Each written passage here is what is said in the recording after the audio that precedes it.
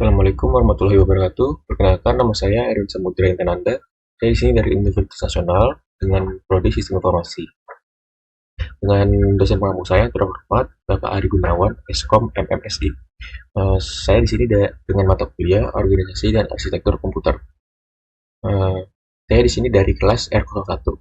Baik, di sini saya akan mempresentasikan untuk melaksanakan tugas 2 dengan memilih bab 11, yaitu unit input dan unit output. Baik, langsung saja kita ke pembahasannya. Evolusi media penyimpanan data. Komputer hanya bisa bekerja bila ada perangkat input device yang berfungsi untuk memasukkan perintah untuk kemudian diproses dan hasil akhirnya akan ditampilkan oleh perangkat output, yaitu output device. Tanpa adanya input dan output, komputer hanyalah mesin yang tak berguna. Baik input ataupun output merupakan bagian komputer yang masuk dalam sistem mikroprosesor. Keduanya memiliki fungsi yang sama pentingnya. Jika salah satunya tidak ada, maka bisa dipastikan tidak akan bisa bekerja. Salahnya, tahukah kamu apa itu input dan output dalam sistem komputer? Tulisan ini akan mengulas keduanya langkah dengan contohnya. Baik, selanjutnya. Input. Input atau lebih lengkapnya input device merupakan perangkat masukan yang dipasang sesuai port masing-masing, yang berfungsi untuk memasukkan data dan mentransfer data dari luar ke mikroprosesor, yang berupa signal, data maintenance, atau signal input. Biasanya signal input berupa data yang masuk dalam mikroprosesor. Sederhananya, perangkat input adalah perangkat untuk memasukkan perintah atau data yang akan diproses oleh komputer, sedangkan output device merupakan komponen komputer yang berfungsi menghasilkan data yang bisa dilihat, didengar, ataupun dipahami. Baik, slide selanjutnya. Nah, di sini kita masuk ke contoh-contoh perangkat input. Yang pertama, ada keyboard. Keyboard merupakan bagian dari input device yang berfungsi memasukkan perintah berupa karakter atau kombinasinya. Keyboard adalah papan ketik yang terdiri dari jajaran tombol huruf A sampai Z dan tombol angka dari 0 sampai 9, serta tombol perintah seperti F1 sampai F9, Ctrl, Shift, dan masih banyak lainnya. Jenis keyboard ini ada beragam sesuai dengan perkembangannya. Tetapi yang paling umum adalah keyboard UWERTY. Nah, di sini tertera gambar keyboardnya.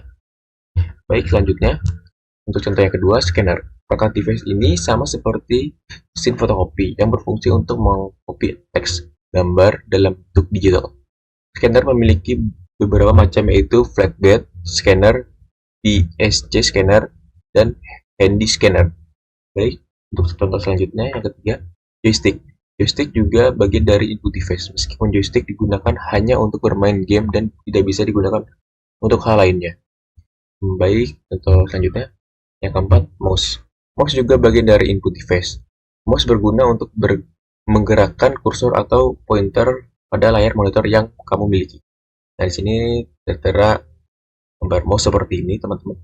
Dan Bapak dosen saya. Selanjutnya contoh yang kelima, kamera digital. Kamera digital adalah perangkat yang ada pada laptop berupa kamera kecil yang terpasang di dekat monitor bagian atas. Bisa juga berupa kamera portable yang dapat terhubung ke komputer dengan kabel. Kamera ini bisa mengambil foto maupun video dan menyimpan di dalam perangkat komputer atau laptop. Nah, di sini gambarnya seperti ini kamera. Baik, selanjutnya. Nah, kita masuk ke output device, atau yang bisa disebut dengan perangkat keluaran, merupakan bagian dari komputer yang berfungsi untuk menyampaikan dan menampilkan informasi kepada para pengguna. Informasi tersebut biasanya ditampilkan dalam bentuk audio, gambar, video, maupun teks. Dengan adanya output device, para pengguna juga dapat melihat, mendengar, dan memahami dengan mudah informasi yang tersedia. Output device juga merupakan komponen yang tidak dapat dipisahkan dari komputer, karena apabila tidak ada perangkat output, maka komputer tidak dapat bekerja secara maksimal. Baik, lanjutnya. Nah, kita sekarang masuk ke contoh-contoh perangkat output. Di sini yang pertama ada monitor. Komputer tak akan pernah bisa dipisahkan dengan yang namanya monitor. Monitor merupakan bagian dari output device yang berguna untuk menampilkan beberapa macam data yang ingin diketahui oleh para pengguna komputer. Data yang ditampilkan pada monitor merupakan olahan data yang berada di perangkat penyimpanan, kemudian diproses oleh prosesor. Rancangan monitor dulu cuma dapat diperlihatkan data DOS, sebabnya sistem operasi yang ada baru dikenal DOS. Akan tetapi, saat ini telah ada rancangan GUI, di mana pemakai lebih dimudahkan dalam menjalankan komputernya, sebab manfaat serta komponen data diperlihatkan dengan gambar. Baik, selanjutnya kita masuk contoh yang kedua,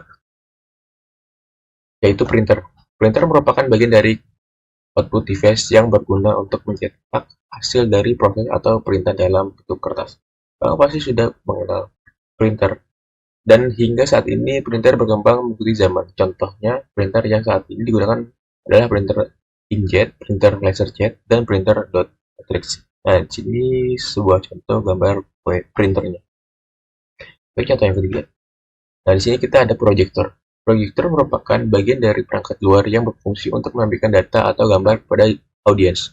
Proyektor biasanya ada di ruang meeting, ruang rapat, ruang kelas, dan yang ada di sekolah maupun perusahaan-perusahaan besar.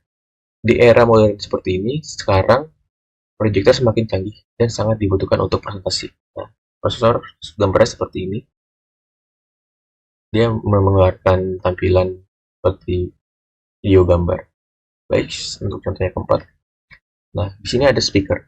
Speaker termasuk output device yang berfungsi mengeluarkan data berupa suara yang telah diolah oleh prosesor dengan format tertentu. Biasanya speaker selalu digunakan di warnet dan di tempat yang menyewakan komputer untuk bermain game. Di era modern seperti ini, speaker sudah mempunyai spek yang berbeda-beda dan lebih canggih. Mulai dari merek terkenal hingga merek lokal menawarkan berbagai macam speaker. Nah, seperti ini gambar speakernya. Baik, untuk contoh selanjutnya yang kelima. Nah, di sini ada headset atau headphone. Headset juga termasuk output untuk mendengarkan data berupa suara atau visual dari komputer bagi para pengguna komputer.